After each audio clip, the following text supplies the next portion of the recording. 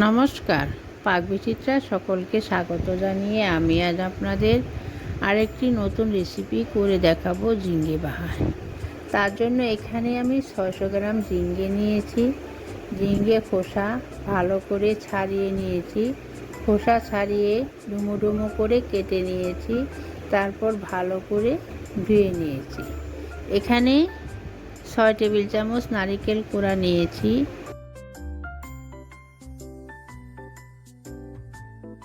একটি মিক্সিং জারে নিয়েছি। এখন নারকেল কোড়া দিয়ে দিব। এখানে চা চামচে 3 চামচ কালো সর্ষে নিয়েছি।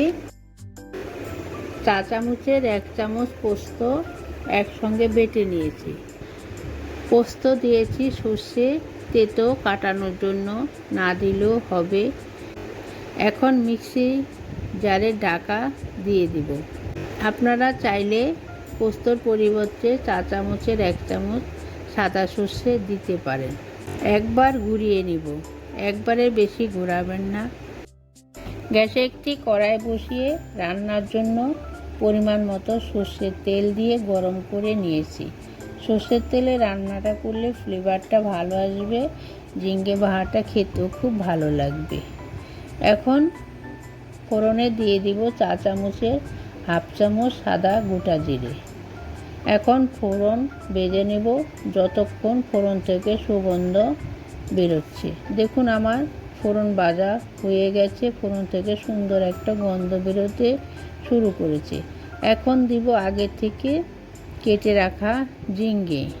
এখন ঝিঙে তেলের মধ্যে 2 মিনিট ভেজে নেব, অনবরত নেড়ে চেড়ে, যাতে তলায় লেগে না যায়।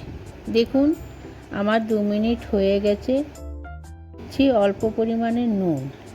এখন দিব অল্প পরিমাণে হলুদ গুঁড়ো।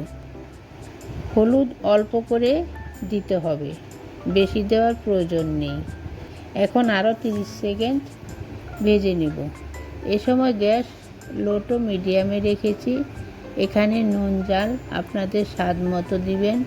দেখুন 30 সেকেন্ড হয়ে গেছে। দেখুন 30 সেকেন্ড হয়ে গেছে। ঝিঙে থেকে জল ছাড়তে শুরু করেছে। এখন অ্যাড করে দিব আগে থেকে বানিয়ে রাখা নারকেল আর সর্ষে পোস্ত মিশ্রণ। এখন ঝিঙের সঙ্গে ভালো করে নেড়েচেড়ে মিশিয়ে নিব। আমার চ্যানেলে ঝিঙে রেসিপি আরও রয়েছে, ভিডিওগুলি দেখবেন। দেখুন ভালো করে মেশানো হয়ে গেছে। এটি সম্পূর্ণ একটি নিরামিষ রেসিপি, ছোট থেকে বড় সকলে খেতে পারবেন, সকলের একটি পছন্দের রেসিপি।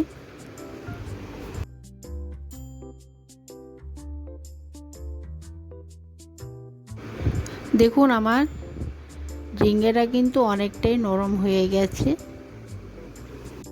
এখন অ্যাড করে দিব জল। এখন 2 কাপ নরমাল জল দিয়ে দিচ্ছি, নাড়িয়ে নিচ্ছি।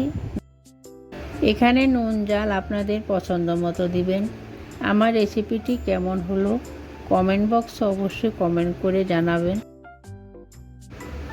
এখন দিয়ে দিচ্ছি 4টি মাঝখানে চেরা কাঁচা লঙ্কা।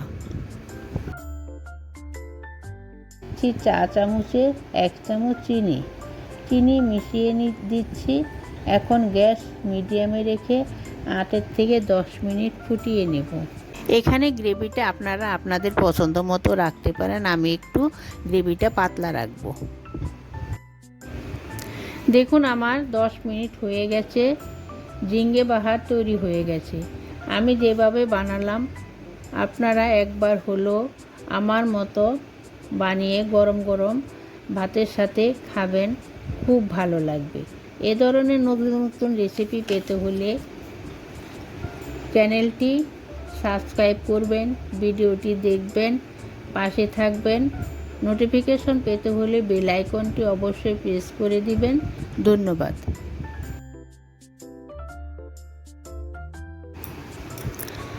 অল্প কিছু উপকরণ দিয়ে অল্প সময়ের মধ্যে এই রেসিপিটি তৈরি করা যায়। ভিডিওটি বেশি বেশি করে বন্ধুদের সাথে শেয়ার করবেন।